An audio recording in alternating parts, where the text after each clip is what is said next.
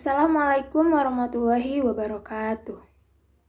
Pada video kali ini, kami dari kelompok 2 akan mempresentasikan tentang analisis hasil survei dampak COVID-19 terhadap pelaku usaha mengenai kebijakan perusahaan terkait tenaga kerja. Sebelum menuju pembahasan, izinkan kami untuk memperkenalkan diri terlebih dahulu. Nama saya Muhammad Fadil Septriadi, NPM 1950-2004. Perkenalkan, nama saya Mutiara Nurmainani, NPM 1950-215. Nama saya Sari Puspita Dewi, NPM 1950-221. Saya Ripa Padilla, NPM 1950-222. Perkenalkan, nama saya Kania Aprilia Setiawati, NPM 1950-234. Perkenalkan, nama saya Alna Yusniar, NPM 1950-235. Adapun pembahasan-pembahasan yang akan disampaikan yaitu yang pertama ada kebijakan perusahaan, yang kedua pengertian tenaga kerja, yang ketiga work from home, yang keempat aturan mengenai WFH, yang kelima pemutusan hubungan kerja atau PHK, yang keenam pengertian pengangguran, yang ketujuh jenis-jenis pengangguran, yang kedelapan laporan BPS, dan yang kesembilan yaitu analisis terhadap laporan BPS. Langsung saja untuk pembahasan yang pertama yaitu akan disampaikan oleh Saudari Alna. Kepadanya saya persilahkan. Di sini saya akan menjelaskan mengenai kebijakan perusahaan. Kebijakan adalah mekanisme untuk mengendalikan perilaku organisasi dengan mengatur perilaku sejumlah orang yang bekerja dalam organisasi itu. Suatu kebijakan dibuat guna memastikan bahwa dalam situasi tertentu, para pekerja akan berperilaku sesuai dengan tatanan yang telah dibuat dan mudah diprediksi bagi kepentingan, keteraturan, dan keseimbangan organisasi. Kebijakan dalam suatu organisasi merupakan pedoman umum untuk melakukan kegiatan apapun dari orang-orang yang ada dalam organisasi tersebut. Kebijakan biasanya berupa suatu pernyataan yang dapat memberikan pedoman kepada anggota organisasi tentang bagaimana hendaknya bertindak dalam situasi tertentu. Selanjutnya, pengertian tenaga kerja. Tenaga kerja adalah setiap orang yang mampu melakukan pekerjaan guna menghasilkan barang atau jasa, baik untuk memenuhi kebutuhan sendiri maupun untuk masyarakat. Penduduk yang tergolong tenaga kerja adalah jika penduduk tersebut telah memasuki usia bekerja. Batas usia kerja yang berlaku di Indonesia adalah berumur 15 tahun sampai 64 tahun. Terima kasih kepada Saudari Alna yang telah memberikan pemaparan materinya.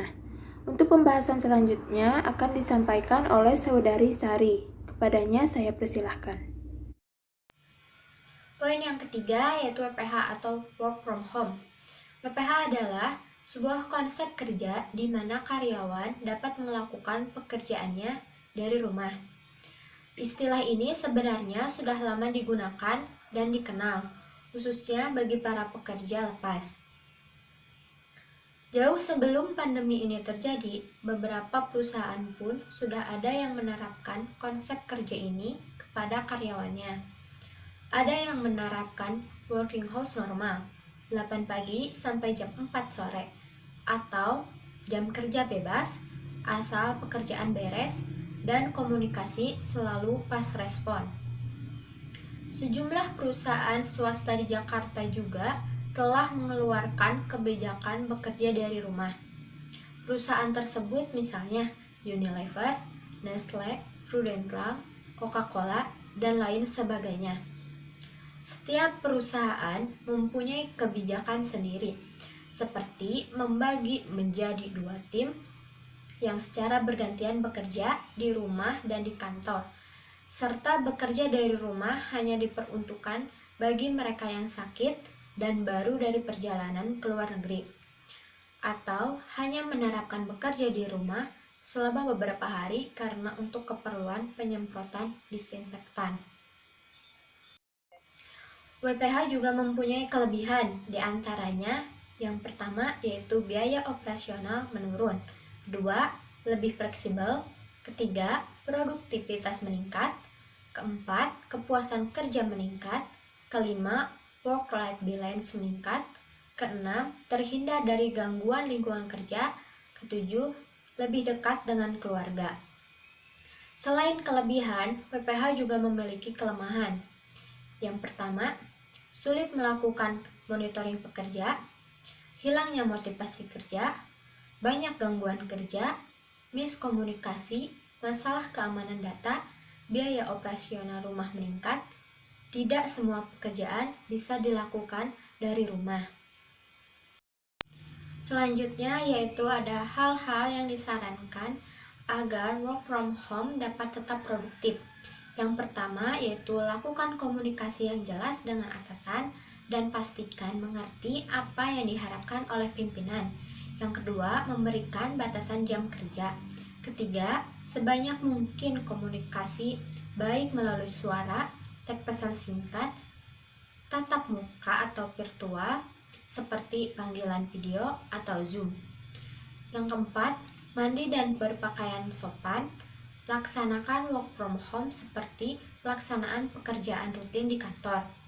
Yang kelima yaitu atasan harus memberikan arahan dalam bentuk komunikasi yang jelas dan menjaga moral bawahannya. Terima kasih kepada Saudari Sari yang telah memberikan materinya. Untuk pembahasan selanjutnya akan dijelaskan oleh Saudari Rifa. Kepadanya saya persilahkan. Poin keempat, ada aturan mengenai WFH atau Work From Home. Aturan Work From Home itu sendiri diatur dalam Surat Edaran Menteri Tenaga Kerja yang antara lain adalah Surat Edaran Menteri Tenaga Kerja nomor SE/05-MB/BW/1998 tentang upah pekerja yang dirumahkan bukan ke arah pemutusan hubungan kerja. Di antaranya yang mengatur A. Pengusaha tetap membayar upah secara penuh yaitu berupa upah pokok dan tunjangan tetap selama pekerja dirumahkan, kecuali diatur lain dalam perjanjian kerja, peraturan perusahaan atau kesepakatan kerja bersama. Ada B. Apabila pengusaha akan membayar upah pekerja tidak secara penuh agar dirundingkan dengan pihak serikat pekerja dan atau para pekerja mengenai besarnya upah selama dirumahkan. Ada poin kelima yaitu pemutusan hubungan kerja. Pemutusan hubungan kerja atau yang sering kita kenal dengan sebutan PHK adalah pengakhiran hubungan kerja karena suatu hal tertentu yang mengakibatkan berakhirnya hak dan kewajiban antara pekerja dan perusahaan atau majikan. Hal ini dapat terjadi karena pengunduran diri, pemberhentian oleh perusahaan, atau habis kontrak. Ada poin keenam yaitu pengertian pengangguran. Pengangguran atau tunakarya adalah istilah untuk orang yang tidak bekerja sama sekali, sedang mencari kerja, bekerja kurang dari 2 hari selama seminggu, atau seseorang yang sedang berusaha mendapatkan pekerjaan yang layak. Pengangguran umumnya disebabkan karena jumlah angkatan kerja atau para pencari kerja yang tidak sebanding dengan jumlah lapangan kerja yang ada. Pengangguran seringkali menjadi masalah dalam perekonomian, karena dengan adanya pengangguran, produktivitas dan pendapatan masyarakat akan berkurang sehingga dapat menyebabkan timbulnya kemiskinan dan masalah-masalah sosial lainnya. Terima kasih kepada Saudari Rifa yang telah memberikan materinya. Untuk penjelasan selanjutnya akan disampaikan oleh Saudari Mutiara. Kepadanya saya persilahkan. Jenis-jenis pengangguran. Yang pertama ada pengangguran terbuka. Pengangguran terbuka adalah pengangguran yang terjadi karena pertambahan lowongan pekerjaan lebih rendah dari pertambahan tenaga kerja. Yang kedua ada pengangguran terselubung. Pengangguran terselubung yaitu pengangguran yang terjadi karena terlalu banyaknya tenaga kerja untuk satu jenis pekerjaan. Yang ketiga ada pengangguran musiman. Pengangguran musiman adalah pengangguran yang terjadi pada waktu-waktu tertentu di dalam 1 tahun. Yang keempat, ada pengangguran setengah menganggur. Pengangguran setengah menganggur adalah pengangguran yang terjadi karena tenaga kerja tidak bekerja secara optimal karena tidak ada pekerjaan untuk sementara waktu. Laporan BPS, kebijakan perusahaan terkait tenaga kerja, mengenai hasil survei dampak COVID-19 terhadap pelaku usaha di kebijakan perusahaan terkait tenaga kerja ini, bahwa di saat pandemi perusahaan masih beroperasi seperti biasa, hanya saja mengurangi jam kerja sebesar 24,59%. Pengurangan jam kerja menjadi kebijakan yang paling banyak dilakukan oleh perusahaan yang masih beroperasi seperti biasa. Kebijakan yang dilakukan oleh perusahaan yang masih beroperasi ini. Kebijakan yang terbanyak dilakukan selanjutnya adalah tenaga kerja dirumahkan, tidak dibayar, dan memberhentikan pekerja dalam waktu singkat. Lalu, juga ada perusahaan yang beroperasi melebihi kapasitas sebelum COVID-19. Peningkatan melebihi kapasitas sebelum COVID-19 sebesar 24,85%. Peningkatan jam kerja bahkan melebihi kapasitas sebelum COVID-19. Yang terakhir, ada beroperasi dengan menerapkan WFH, dirumahkan dalam kurung tidak bayar sebesar 14,04%. 14 dari setiap 100 perusahaan yang beroperasi dengan menerapkan WFH mengambil kebijakan tenaga kerja dirumahkan, tidak dibayar. Selanjutnya, ada persentase perusahaan yang memberhentikan pekerja dalam waktu singkat dibagi 2, yaitu ada 3 sektor tertinggi dan ada 3 sektor terendah. Yang pertama, ada 3 sektor tertinggi, yaitu industri pengolahan sebesar 18,69%. Yang kedua, ada konstruksi sebesar 18,59%. Yang ketiga, ada akomodasi dan makanan minuman sebesar 17,63%. Yang kedua, ada 3 sektor terendah, yaitu air dan pengolahan sampah sebesar 6,51%. Yang kedua, ada jasa keuangan sebesar 5,69%. Yang ketiga, ada listrik dan gas sebesar 4,96%.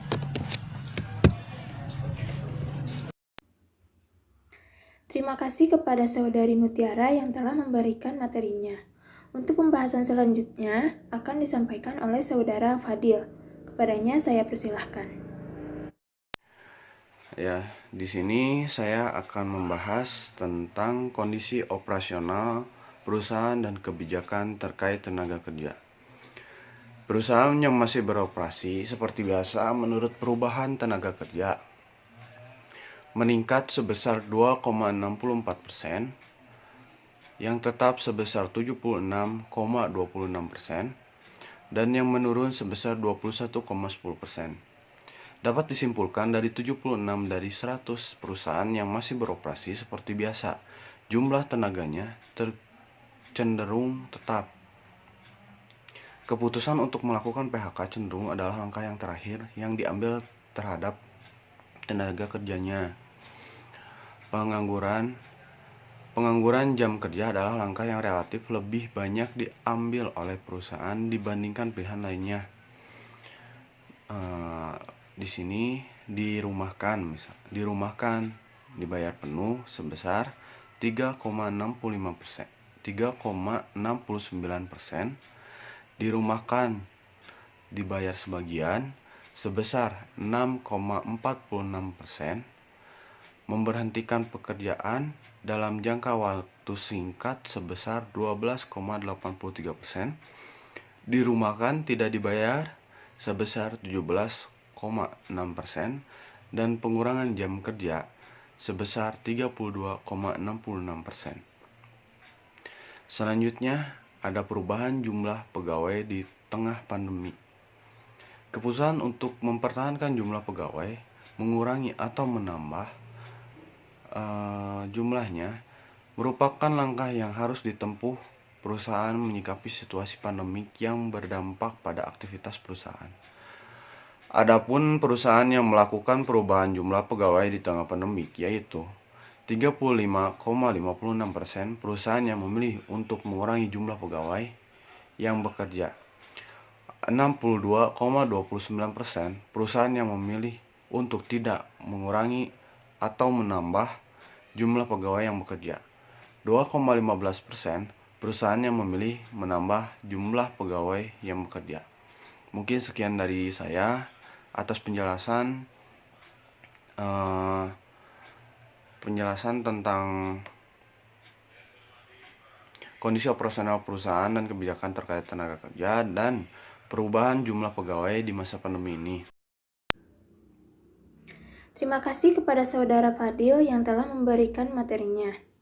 Untuk pembahasan selanjutnya akan disampaikan oleh saya sendiri. Pembahasan selanjutnya yaitu analisis terhadap laporan BPS. Pada saat ini, mewabahnya virus COVID-19 mengakibatkan terganggunya kegiatan sistem perekonomian, termasuk pada pelaku-pelaku usaha. Dan ini berdampak pada terganggunya aktivitas kegiatan operasional perusahaan. Sehingga, perusahaan mengeluarkan beberapa kebijakan, salah satunya kebijakan terkait tenaga kerja. Adapun beberapa kebijakan yang dilakukan perusahaan terkait tenaga kerja yaitu yang pertama pengurangan jam kerja, kedua peningkatan jam kerja, yang ketiga tenaga kerja yang dirumahkan atau tidak dibayar, dan yang terakhir memberhentikan pekerja dalam waktu singkat. Perusahaan yang masih beroperasi seperti biasa menerapkan kebijakan pengurangan jam kerja, dan sebagian kecil dari perusahaan yang beroperasi dengan menerapkan WFH menerapkan kebijakan tenaga kerja dirumahkan. Berdasarkan data hasil analisis BPS menyatakan 76 dari setiap 100 perusahaan yang masih beroperasi seperti biasa, jumlah pegawainya cenderung tetap. Sedangkan beberapa perusahaan yang mengurangi jumlah pegawainya yaitu perusahaan di sektor industri pengolahan, konstruksi, akomodasi dan makan minum, air dan pengelolaan sampah, jasa keuangan, serta listrik dan gas. Yang terakhir yaitu kesimpulan, berdasarkan analisis BPS mengenai kebijakan perusahaan terkait tenaga kerja pada masa pandemi COVID-19 ini, dapat disimpulkan bahwa pandemi COVID ini berdampak pada terganggunya aktivitas perusahaan. Perusahaan harus menerapkan beberapa kebijakan dalam keadaan saat ini. Salah satunya yaitu kebijakan terkait tenaga kerja. Beberapa kebijakan tersebut yaitu dengan pengurangan jam kerja, peningkatan jam kerja, dan tenaga kerja dirumahkan. Pengurangan jam kerja adalah langkah yang relatif lebih banyak diambil oleh perusahaan dibanding pilihan lainnya. Dan karena optimisme bahwa pandemi COVID akan segera berakhir, hal itu membuat perusahaan tidak mengambil keputusan PHK permanen. Tapi dengan memberhentikan pekerja dalam waktu singkat adalah pilihan yang dianggap lebih baik. Mungkin hanya itu yang dapat kami sampaikan. Kurang lebihnya mohon dimaafkan. Semoga apa yang kami sampaikan dapat bermanfaat bagi kita semua. Terima kasih atas perhatiannya. Wassalamualaikum warahmatullahi wabarakatuh.